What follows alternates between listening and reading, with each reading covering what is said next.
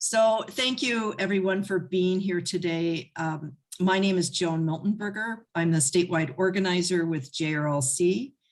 And I'm really happy that we have been offering, this is the third of 3 trainings that we're offering for our members, for others in the community, and for district leaders to give them additional tools and tips for engaging participants and facilitating legislative visits.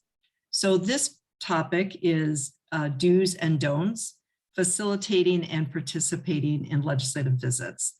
And I'm really happy that we have 2 folks who are quite experienced in that. Lorraine Rovick from Northfield, and then Reverend Doug Mitchell, who is on the board of JRLC and from Minneapolis. So Lorraine is District 18, a significant district, and then Doug is from District 63. I'm going to show just a few slides at the beginning, and then Lorraine and Doug are going to cover about 4 different topics. So that will include goals of legislative visits, like broad goals of why those visits are important, outreach, and preparing for a legislative visit and what happens during a legislative visit, and then follow up. So we also want to have some time for questions at the end, and there will also be a PowerPoint that will be available as well at the end too. So I'm just going to pull up that PowerPoint for a few slides before Lorraine and Doug begin.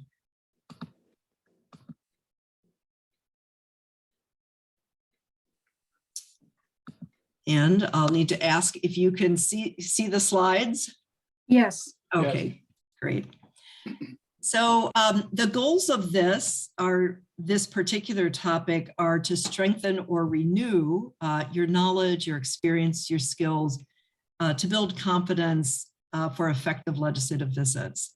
And as I said, we want to understand and really look at the steps that come before and during and after a legislative visit. And a lot of this is very, I'll say, common sense, but I think it helps to review it and really look at how can we engage people in this process, meaning other advocates and the lawmakers. So as I mentioned, slides will be available afterwards.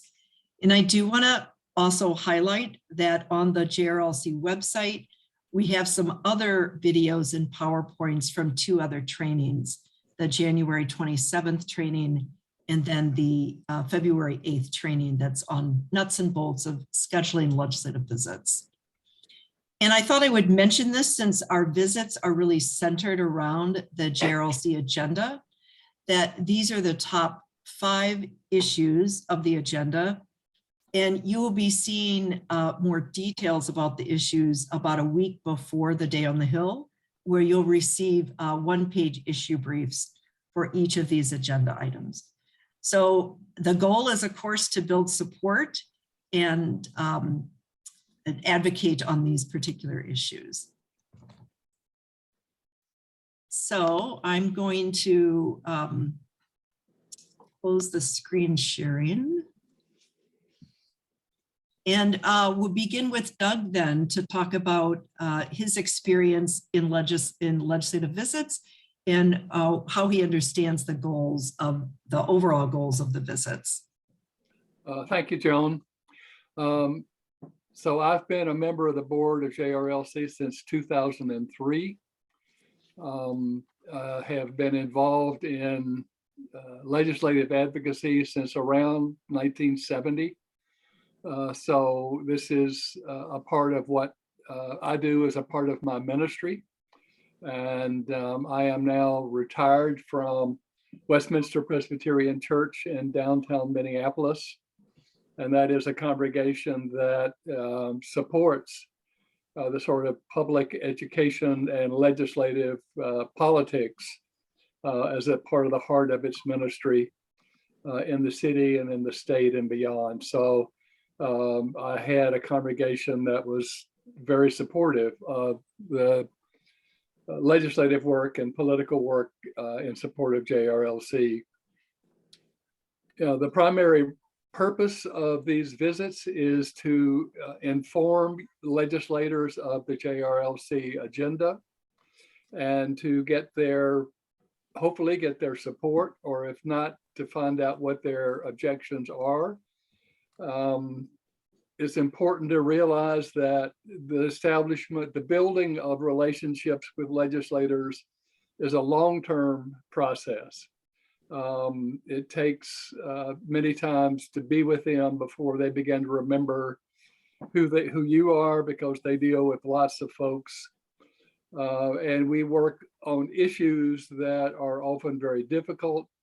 MemFIP, the basic welfare support, we worked for about 15 years on before finally getting a small increase in the MFIP payments. So this is not for the faint of heart.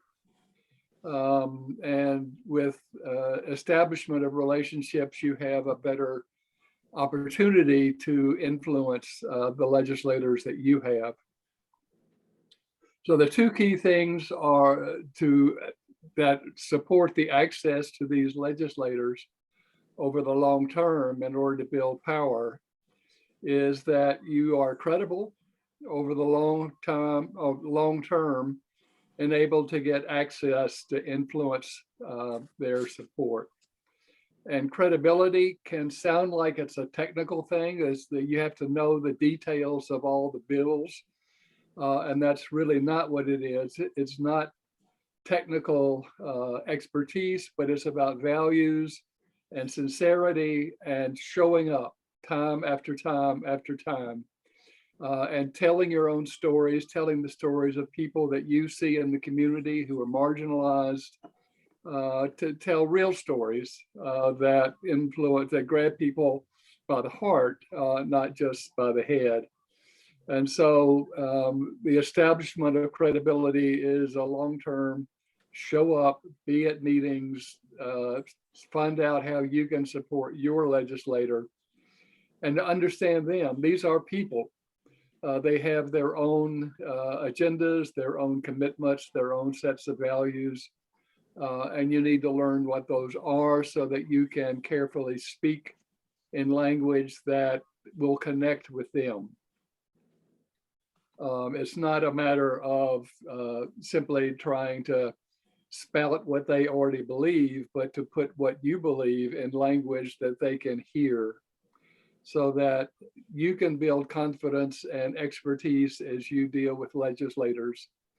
Now, a lot of us will have new legislators because of the redistricting. So we may be in a position where we're starting over with new people. I think that's less of an issue in the Twin Cities. There didn't seem to be a great deal of movement of the districts. But outside of the Twin Cities, a lot of people will have to begin new sets of relationships so that you can begin to learn about and inform a new set of senators and Congress and House people. So you've seen the legislative agenda, share the sacred communities, the tiny homes project, child care assistance, which is another issue that JRLC has worked on for decades, emergency shelter, affordable housing, and addressing the expansion of gambling. So those are issues that we need to be able to speak to legislators about. You will get, if you sign up for the Day on the Hill, you'll get briefing papers that will give you a great deal of information about that. But the key thing is to speak from your own heart and your own values, and to tell not only your own story, but the story of those in your community that you see who are at the margins.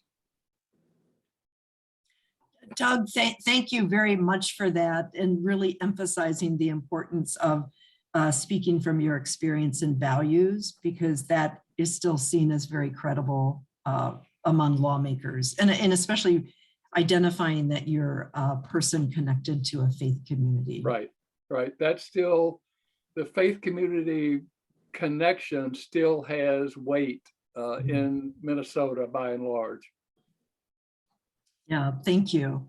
We're going to go ahead and move to Lorraine's presentation, but did you have any comments, Lorraine, regarding what Doug shared from your experience, or you can just move into your section on reaching out to others in your community? Well, he's right on what he said. Absolutely. Got to personalize. Joan, did you want to show slides that relate to what he said, or are you going to hold them all to the end? I'm going to hold those to the end. Okay. So from my point of view, in 1974, I joined the National Federation of the Blind when I got hired as a librarian, and it was chock full of members of the NFB. You wouldn't want to keep saying National Federation of the Blind all the time.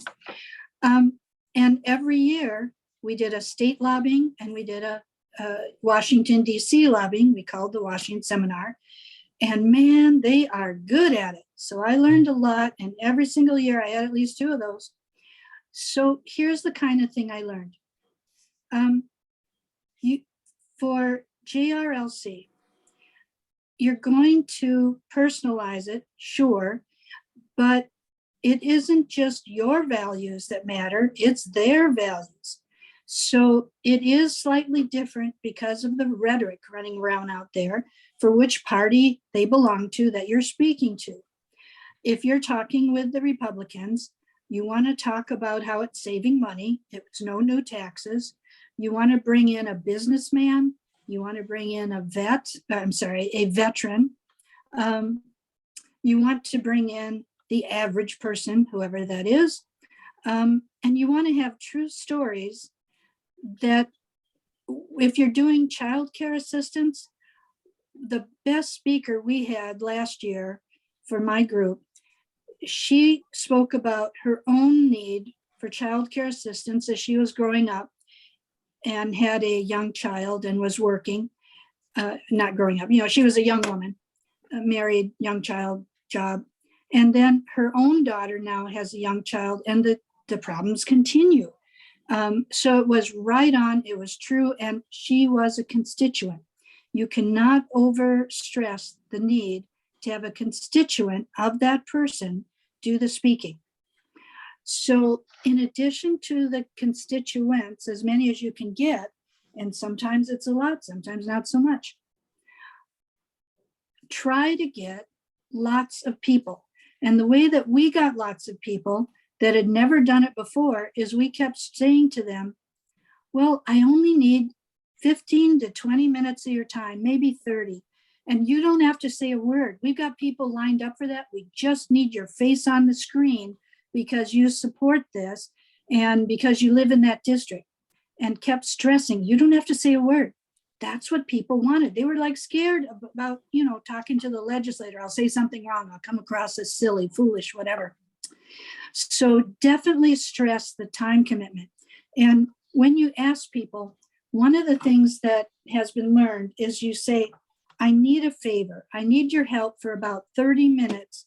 And it's okay to say no. Here's what's going on. You have to give them the right to say no. You ask them for a favor. We're generally inclined to do that. And you have a small amount of time. Why wouldn't you say yes, right? Those are some of the key points. Now, what about matching the legislator that you're trying to talk with? So I went to the bar downtown in Northfield, which is also the headquarters of the Veterans of Foreign Wars. And I talked to people sitting at the bar, and I sat at the bar and had a drink, and it didn't work out. But you know what? I'm going to do it again because one of these times it will. And I tried contacting by email. I never got a call back. If you have a town location where the veterans of whatever, American vets are gathering, see who you know. See who knows who you know. Does somebody else know a bunch of vets? If you're not a vet yourself, I've never been a vet. I don't know any vets here that I'm aware of, although I'm pretty sure there are some. They just haven't told me they're a vet. So I'm going to keep looking for a vet because we're going to be talking with a Republican. They love vets. Let's talk about another category, farmers. Minnesota, big deal, right? So I noticed in the Northfield News just yesterday, FFA Hall of Fame winner, Northfield's Ronald Summers inducted into FFA Hall of Fame. Ronald Summers grew up on a farm outside of Northfield that 4 generations of family had owned since 1872 and where he still lives. Bingo. I looked him up in the internet. I got his phone number. I got his address. I'm going to see if I can entice him to come in and talk about being a small businessman. I got some of his history. He's a former Pioneer sales director in Iowa. He taught ag in our state. He is currently a Northfield Township supervisor since 2012. So the guy knows a lot of stuff that might cross over with what we're trying to do. Does he have our idea of what we're trying to do? I don't know, but I'm going to see if I can pull him in, because wouldn't he be a great speaker for a Republican? So look in your paper. Are there connections? You don't know them yet? Well, can you get to know them? Does somebody you know them? Let's go to another piece of this. So one of the things I learned from my NFB work is you have to have an agenda. And the legislator or his or her aide, they'll try to give you 30 minutes. It may be 20 minutes, it may be 15. If a vote gets called, the legislator has to quick go off to do his voting, okay? You've lost him, you might still have the aide. It's fine. If you have the aide, it's fine. The aide is the one that will recommend or not recommend that his boss will or won't be interested in what you want. So it's okay, fine. The agenda that you want to work out, I actually get it down to the 5 minutes. I need to have enough time for each of the issues. How much time can I afford? Does the legislator already show a connection to the issue? They're on the correct committee in St. Paul, or they already have voted for what we want in the past. Great. Might need more time for that, might need less. You work it out. And I also want to have at the beginning introductions. Now, we ended up with, was it 28 people in our group, Joan? I think so. So having all 28 people say, hello, I'm Lorraine Rovig from Northfield for 28 times, actually that would use up our time. So find a way to bulk introduce. These are the people from your district. If you're from, what's another town? If you're from Lonsdale, raise your hand. Okay, so you do it in bulk, and you introduce the 3 or 4 people for the number of issues you've got. You work all who's going to talk about the issue at a time. Now, you guys have been around for a while. You probably know a lot of this. One of you has to be the timekeeper, and it's just common sense that you try to stay on budget with your time and try to get your points in. But if not, it's more important to make them love you. Make them love you. That's the most important thing. Doesn't matter if most of the time you think they're a wretch. Yeah, and you're working on JRLC time, make them love you. Okay. I see Doug agrees with me. So what else is really important? Look at their party rhetoric. What do they say they like? How can you connect it with people you can find? If you don't have someone, can you find someone? Can someone you know find someone? What kind of story works best? True stories, current stories, next in line, stories that are from a few years ago, fine. Stories of your neighbor, fine. What can you get? So I don't have a single story about affordable housing. I've never had to worry about it. Does somebody I know have one? I don't know. But I did go work serving lunch, no big deal, with Habitat for Humanity. And I can talk about this wonderful family with children, and we're building it. If I had to, that would be my fallback story. Find a way. what else did you want me to cover, Joan? You know, Lorraine, I'm just going to highlight a few things that I know about some of your previous meetings. And before that too, I just want to explain that JRLC will share a list of the Day on the Hill attendees for your district. So we will send them out information once we have the date of a legislative visit and the time, but we will share that. And we will also, even folks who don't register, we will let them know that there's a meeting so that they could be in touch with you. So I did want to really emphasize that. And certainly if we're aware of various congregations in your district that are on our mailing list, it will let them know, of course, one about Day on the Hill and about the legislative visits. So that's certainly a key constituent that we're connecting with you and the visit. But the other thing I did want to mention is the last meeting that I attended with Lorraine and members of District 18 in Northfield was in October. And what was really helpful about that is there were a number of nonprofit leaders there as well, who a few of those were also JRLC advocates. So for the Community Action Agency, you know, that person could speak about childcare. The director of Habitat for Humanity for that area attended. So she could definitely speak to home ownership. I mean, affordable home ownership. And the person from the local HRA was there as well. So she could speak to the issue of persons needing housing that have a very, very low incomes and need to be renting to have at 30% of their income so that they're not cost burdened. Now we know that can't happen in every community, that you're able to get perhaps those persons involved, or that we have those persons on our email list, but there may be members of your congregation that are involved in those types of organizations.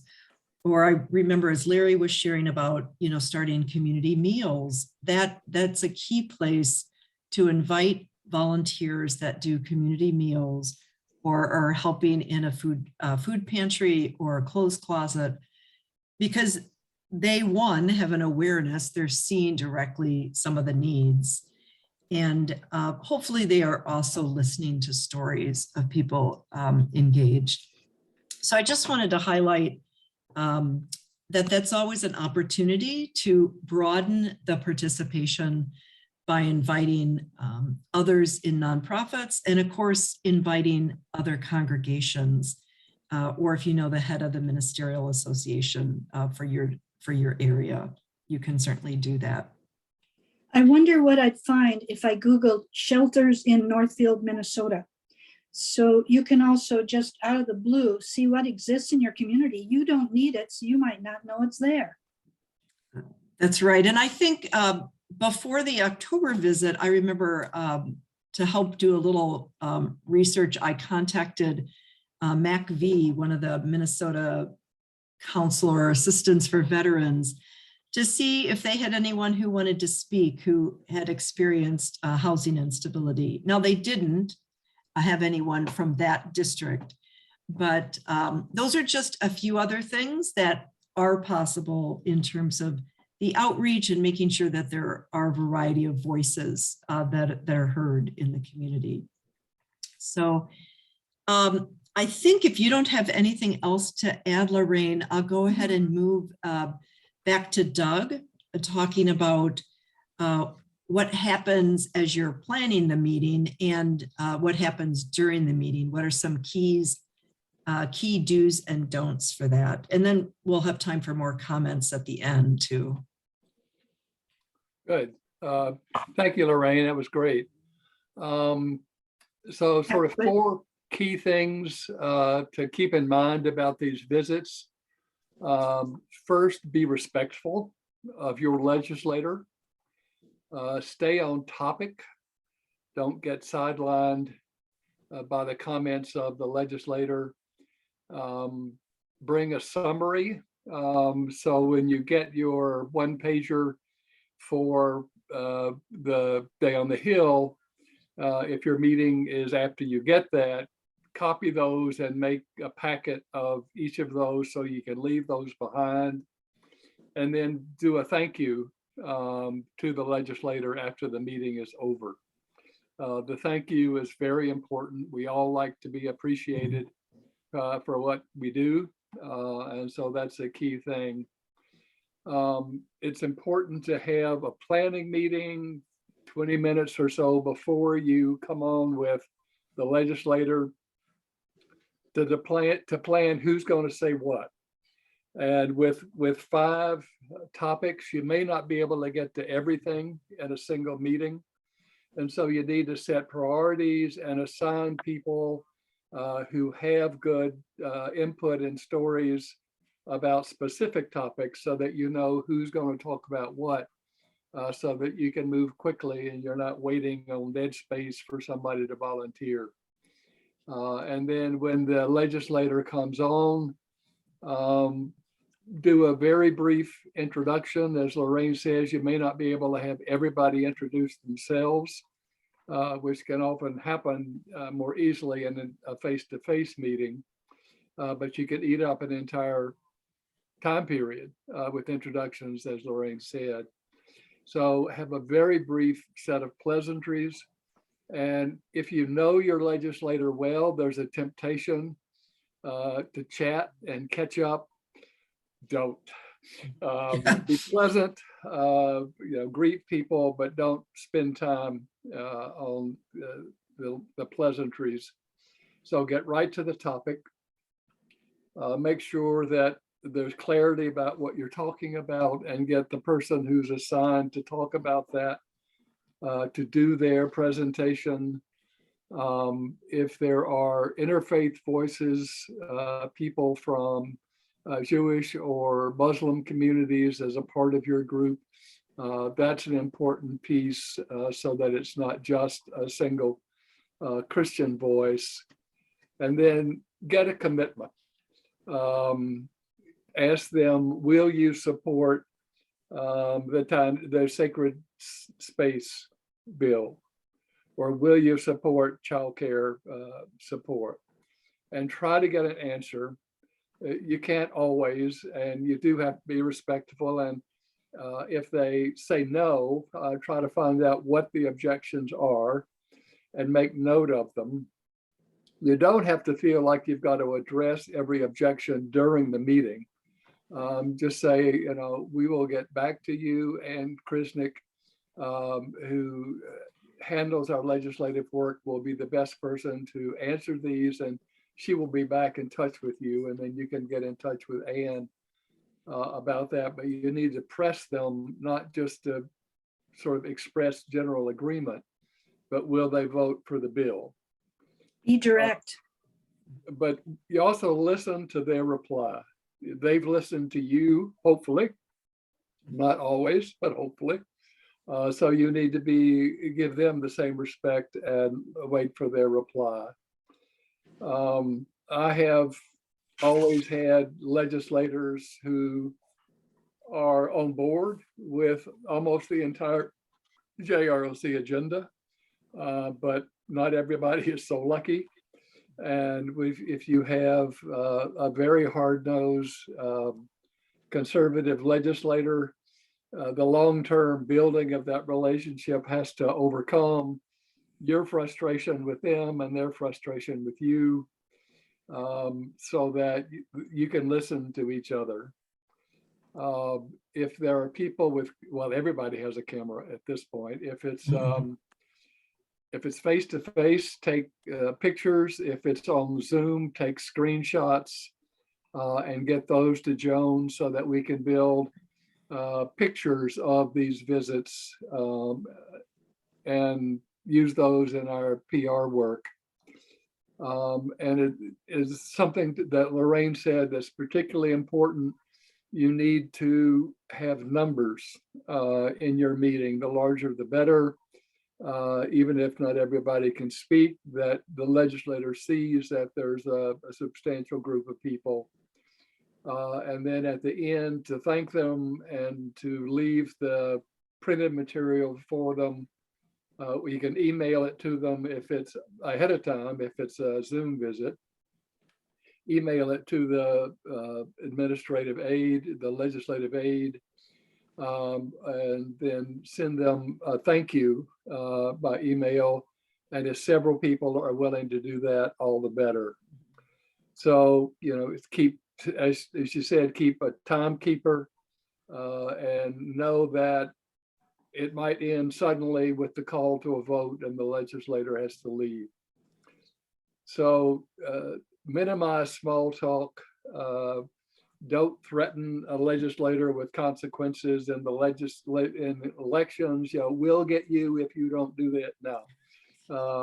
That doesn't make them love us. Don't let the legislator guide you off topic.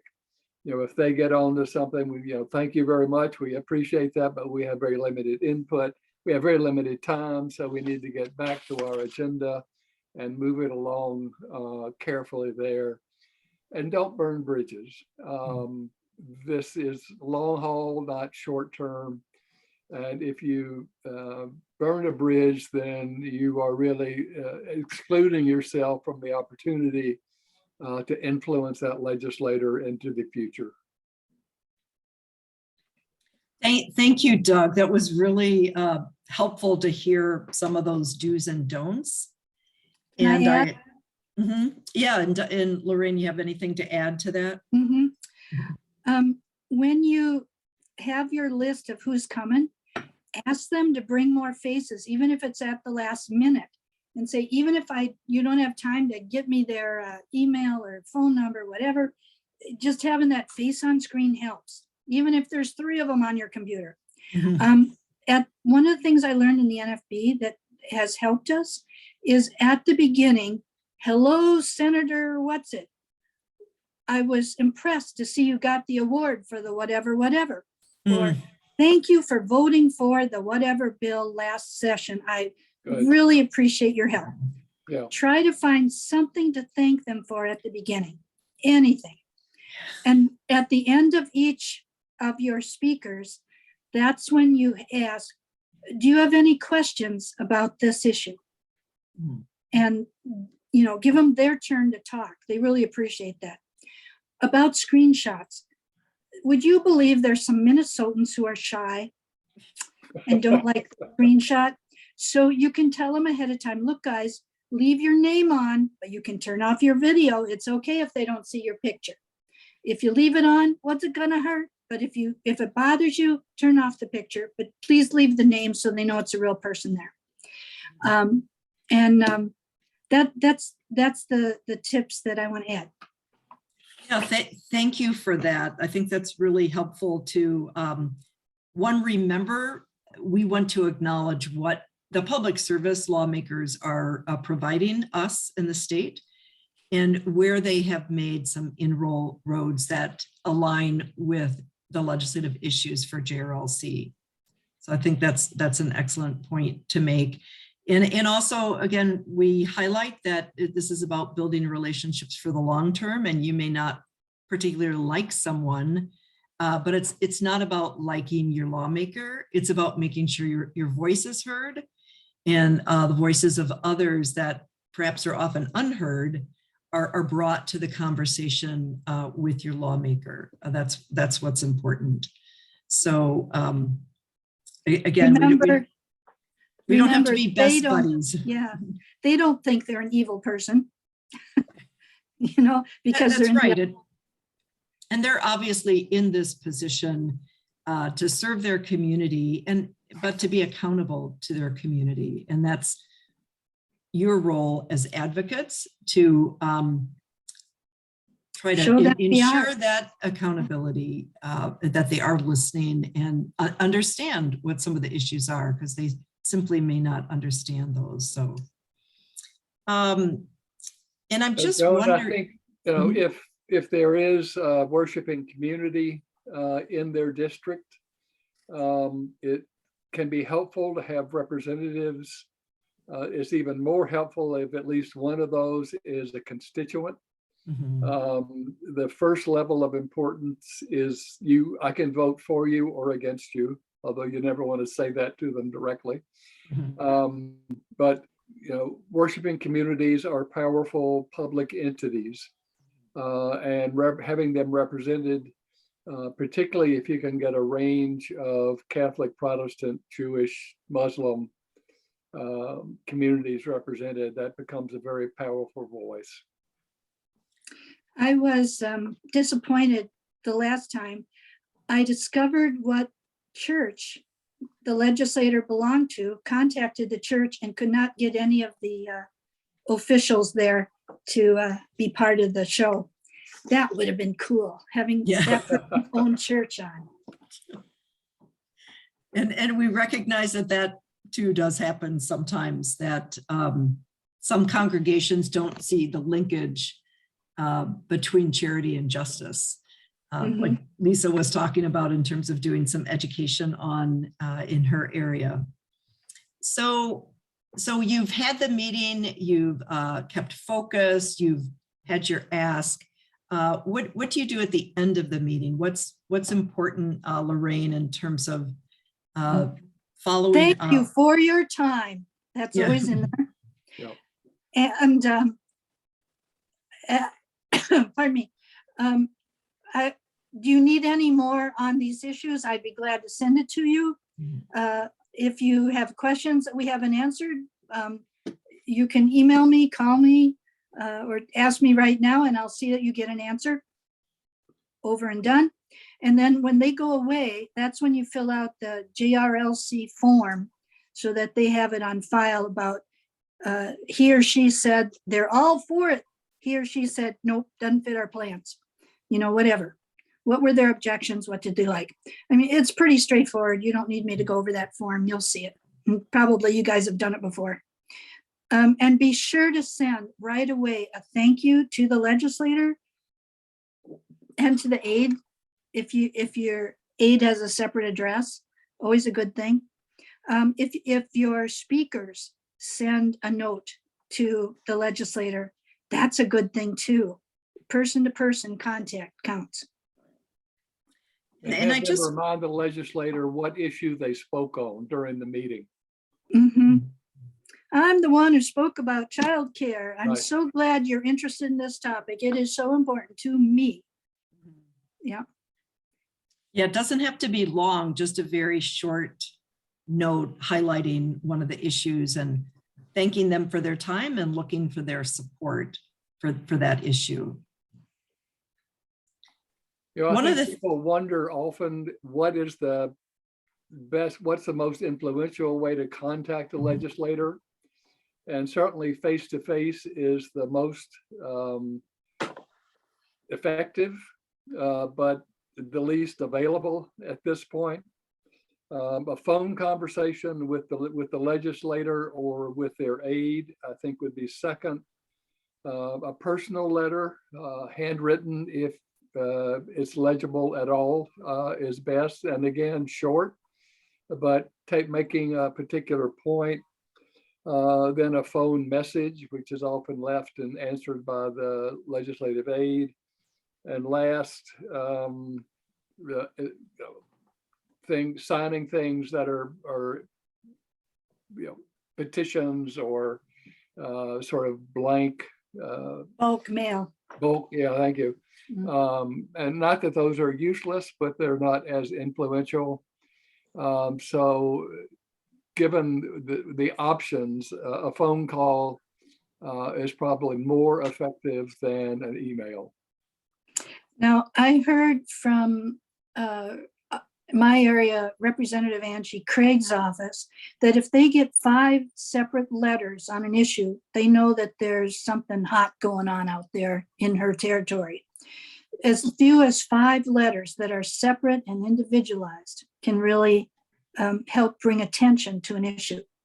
And the same for phone calls. Yeah, that's really important, Lorraine. I think we all overestimate what it takes to influence a legislator. And for any given legislator, there will be issues where they have personal commitments, and 50 letters aren't going to make any difference. But on the vast majority of issues where they don't have that sort of prime personal commitment, 5 contacts, 5 letters, will sway them often, because if they don't Mhm. have a commitment one way or the other, why not satisfy your constituents?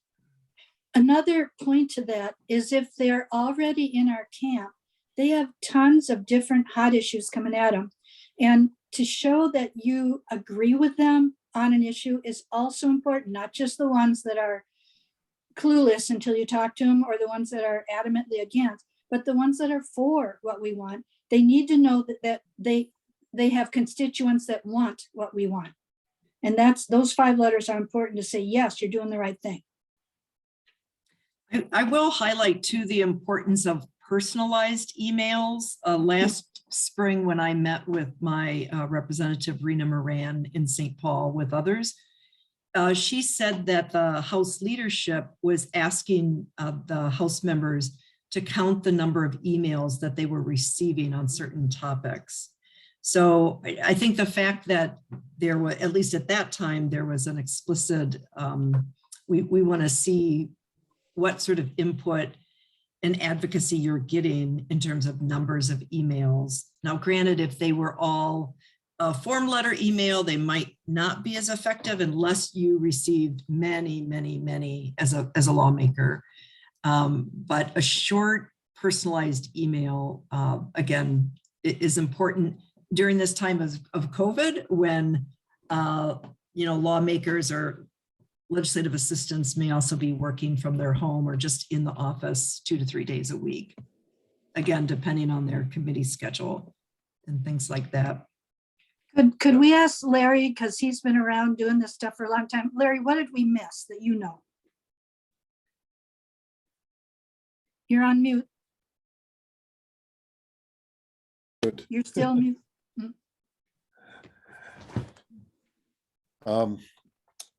I don't really have a whole lot to add. I mean,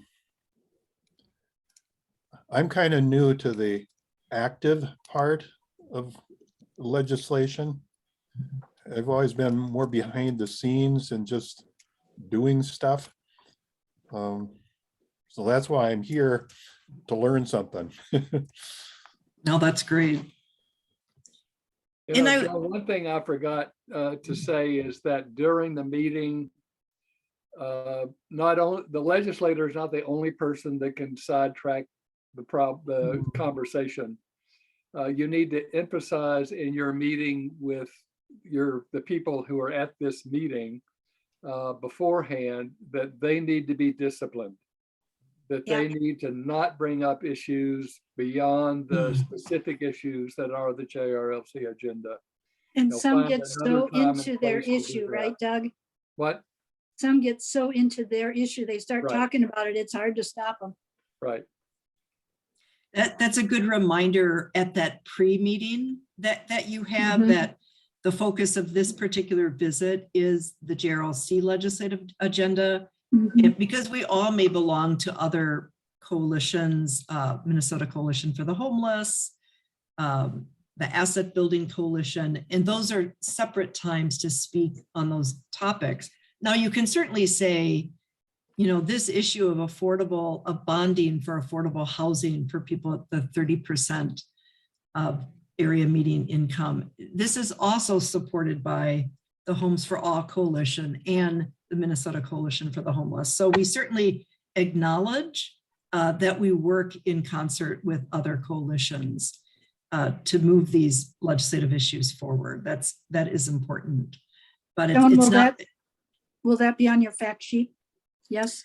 I can ask Ann to make sure that's included in that one pager. What other groups may be working on that issue as well. I think that strengthens. Yeah, I think so too. I think at this time, instead of moving right to the slides, I'm just going to open it up for questions and comments, and for other people to share some examples of their experiences in meetings, and maybe something that went well or something that didn't feel like it went well, or that was difficult in a particular meeting. If you have anything to share. I know Susan and Lisa and others Sister Elise have been involved, Diana, in meetings. So any questions or? Susan's got her hand up. Oh, just go ahead and. Oh, okay. Well, first, I had two questions. At first, I just wanted to say thank you, Lorraine, for your comment on how to get more faces on the screen, because I know for a fact that would be extremely helpful. My experience in the past is the first time I visited this legislator, it was in person. We went in with probably 15 people. He was very impressed. We had obviously several different faith organizations represented.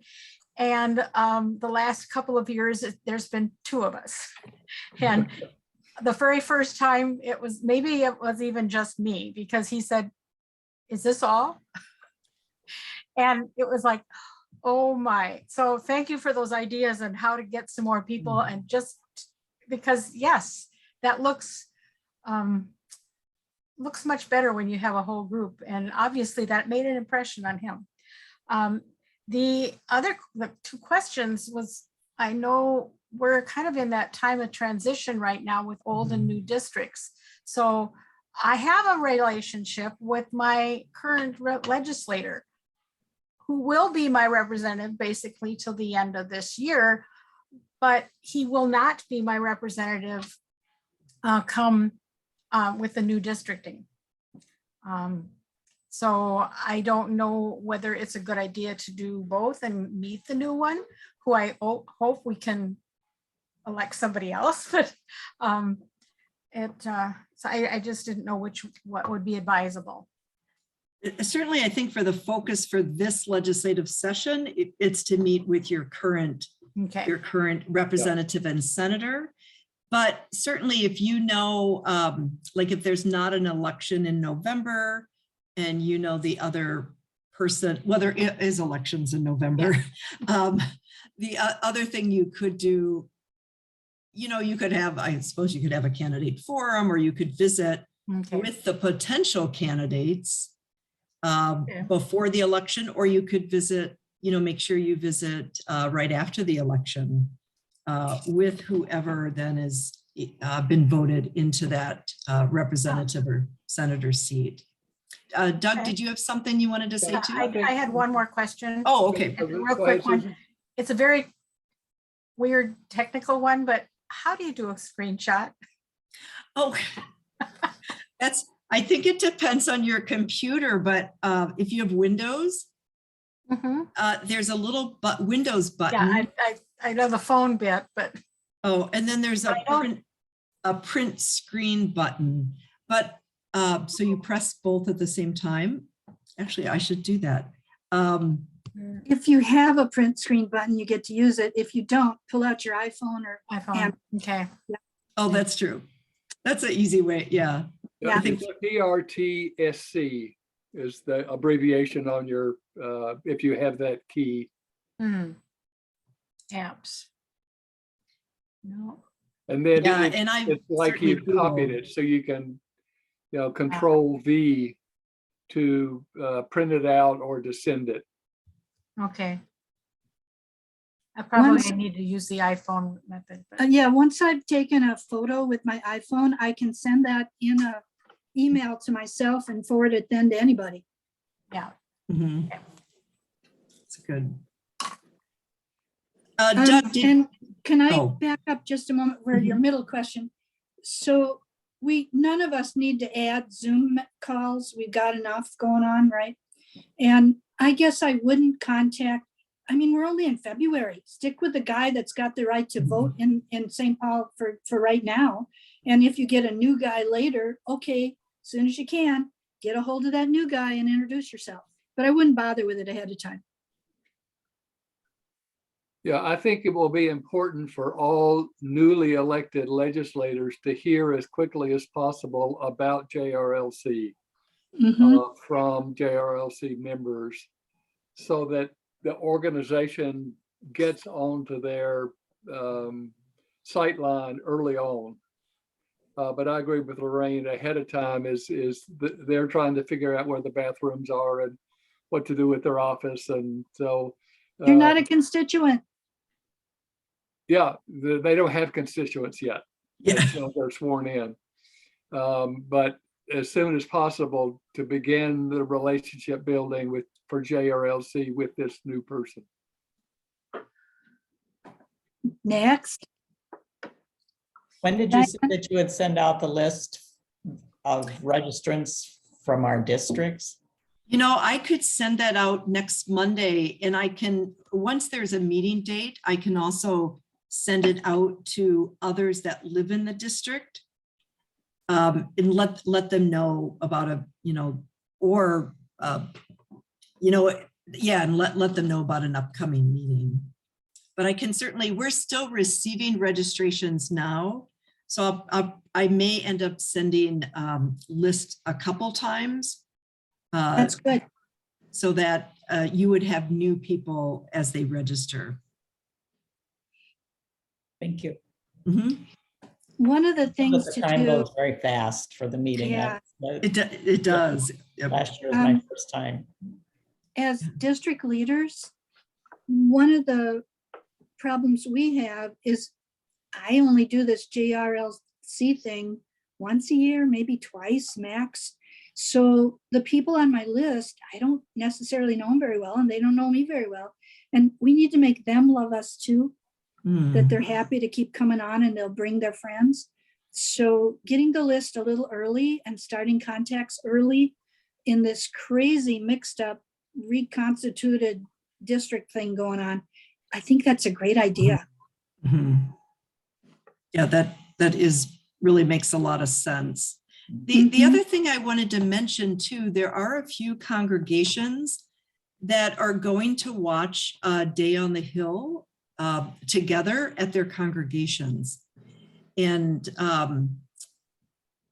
so that's an opportunity if you have a large space within your congregation and you have the AV to bring people together. And then perhaps right after that, you can do a little pre-planning for the legislative visit as well. We're trying to focus the legislative visits between March 16th and 18th and the following week, the 21st through the 24th. And the reason we're trying to have them done before the 25th is because that's the first committee deadline, and the time frame of lawmakers, will be even have more on their plate or more urgency. So it certainly could be after that time, but we are really trying to target those dates, the 16th through the 18th and the 21st through the 24th as well. So just to keep that in mind. Lorraine?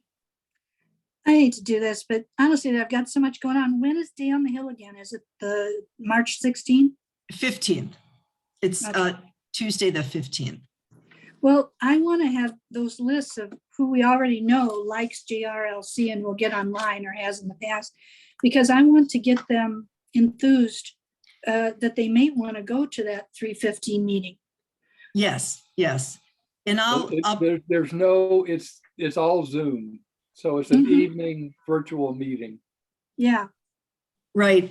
And actually it's a church in Northfield, St. John's Lutheran Church, where Dawn, we know another advocate, is at, who we were recently there a few weeks ago or on a Zoom presentation, and they were looking at that possibility of using their space to together watch the evening program, via computer. So I will let you know, Lorraine, I know that's a separate topic, but if that has been confirmed, if they're going to have like a watch party or participation party that evening.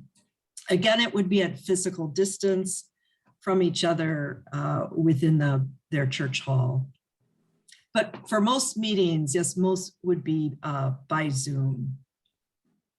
And in our February 8th presentation, those speakers really talked about scheduling that Zoom meeting first with the legislative assistant, because they really have a pulse on the schedule of the lawmaker. And of course, we want you to CC the lawmaker as well when you're requesting those visits, but you'd primarily be working with the legislative assistant to schedule the visits. There have been some situations too, where folks have asked JRLC to schedule, to use their Zoom link. If a person may feel uncomfortable managing the Zoom link. So I do look at our schedule, and if you have that request, and I can see if we can include, use our Zoom link for those meetings. So we do have some meetings on our calendar already for like District 60 or 42, I know has some meetings on there. So it's just another tool to keep in mind.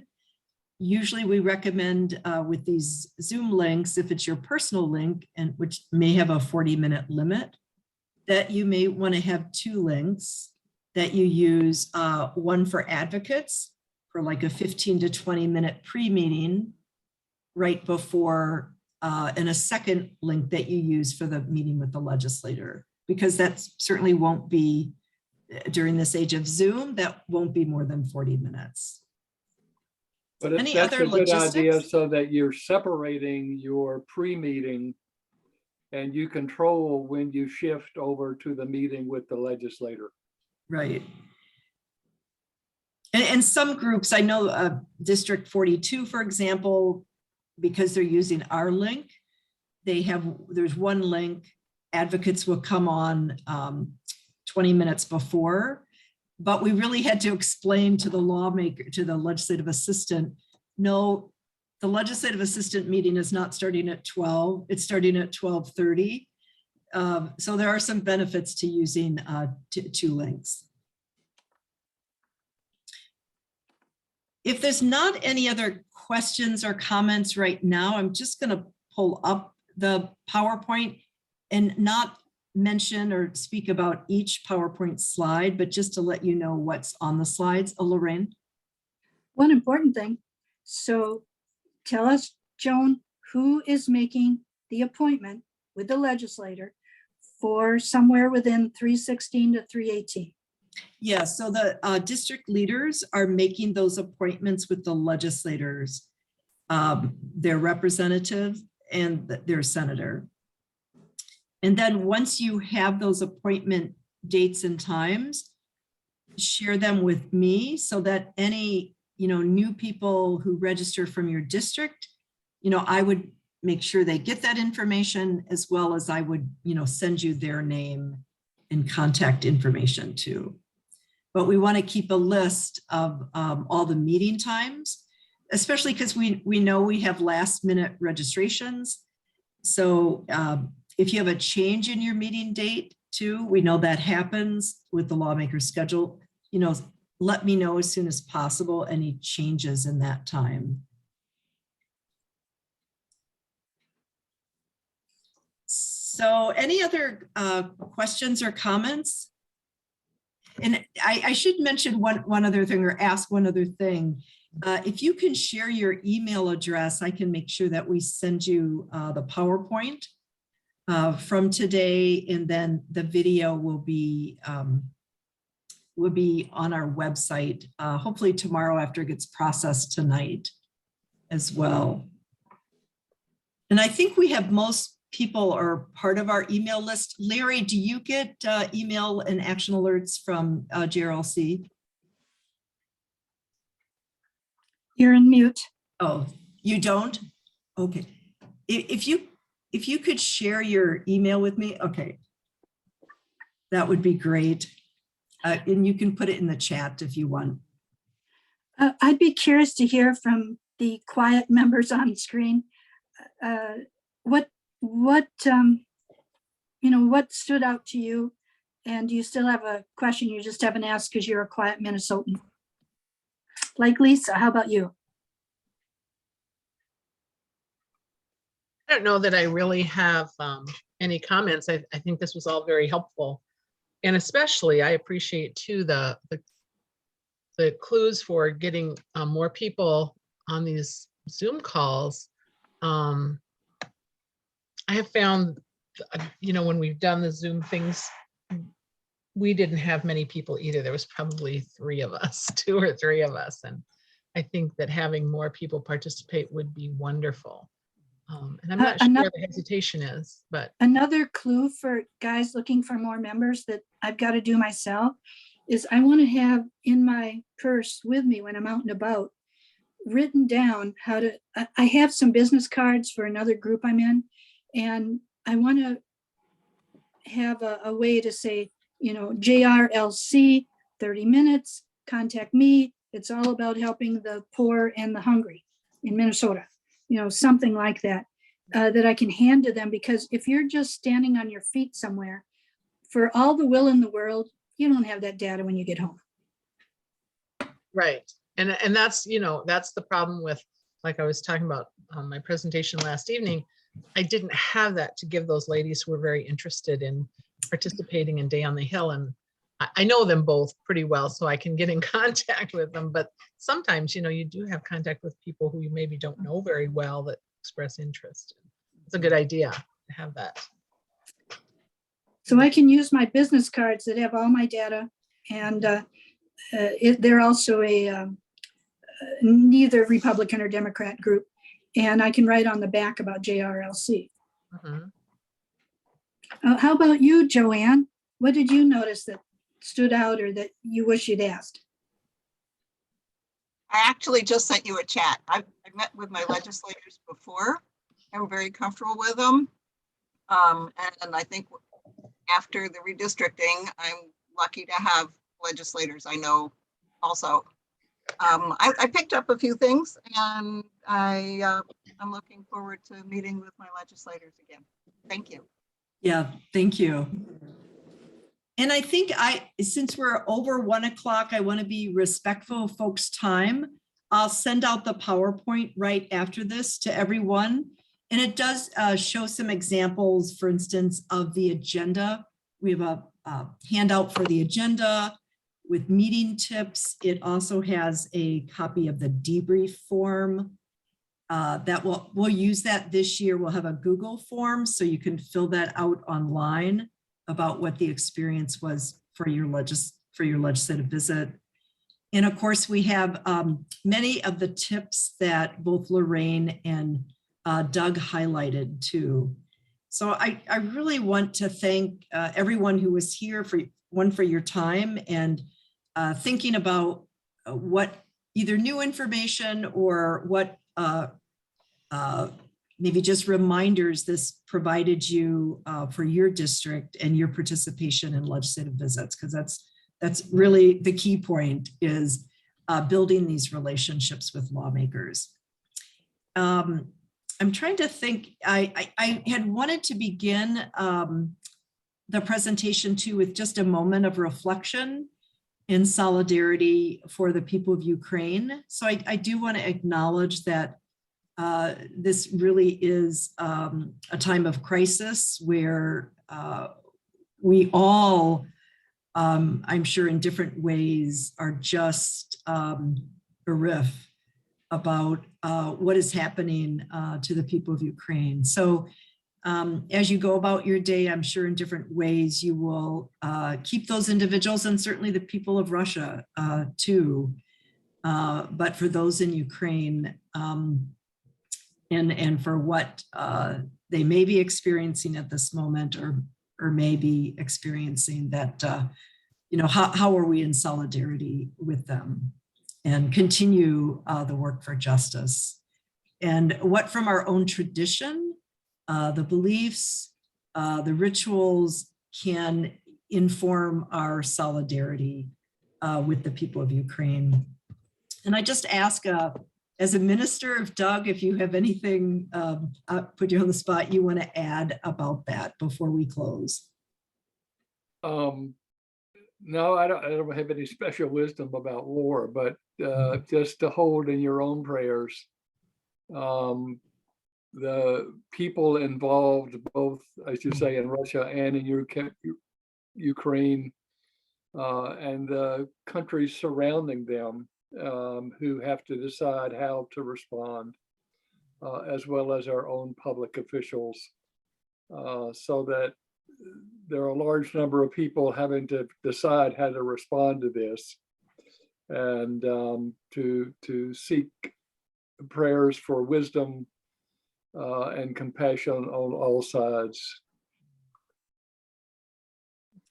Thank you very, very much. And Lorraine has a question about Diane. Did you have a comment that you wanted to make, Diana? No, it was very informative. Last year was my first year, and so this is very helpful if I'm going to continue with this. So I think the important thing for me is to kind of meet other constituents in my district that I can also work with. Thank you. Thanks. Well, that is all we have for today then. And I will, again, I'll send you all the PowerPoint right away, and you can look for the video tomorrow at jrlc.org/trainings.